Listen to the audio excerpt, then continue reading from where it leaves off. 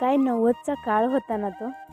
चुलीवरचं पाणी गरम गरम आणि चुलीवरचं पाणी तापेपर्यंत आमच्या मुलांची लागलेली भांडणं. ए सरक तिकडं, सरक सरक तिकडं, आणि मला घ्यायचं आहे की, सरक तिकडं बस की. आणि तेवढ्यात आईचा आलेला आवाज, ए तोंड धुवा ग, यायचा आहे पहिला, असा आवाज आत्ताच्या काळात ऐकायलाच भेटणार ना.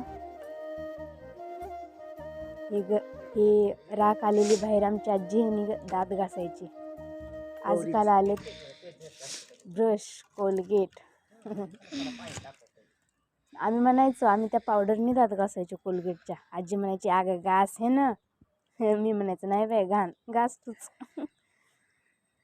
काळ तो काळच होता. आणि ही छोटी छोटी घरं, ह्या छोट्या घरामध्ये जागा अपुरी पडत होती, पण माणसं हवी हवीशी वाटत होती हो. तो पाहुणा यावा, हा पाहुणा यावा, तुम्ही जाऊ नका बरं का, राहावा बरं का 4 दिवस, असा हा काळ होता.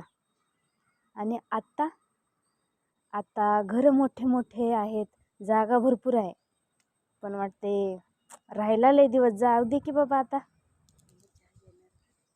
चहा घेणार का तुम्ही, असे प्रश्न असतात.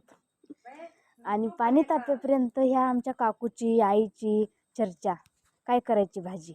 आणि आता बटन दाबून पाणी गरम होईपर्यंत गिझरमध्ये, चल बाई ब्रश करून घेऊत. उगाच तिला बोलत बसायचं, टाईम वेस्ट जातो आपला.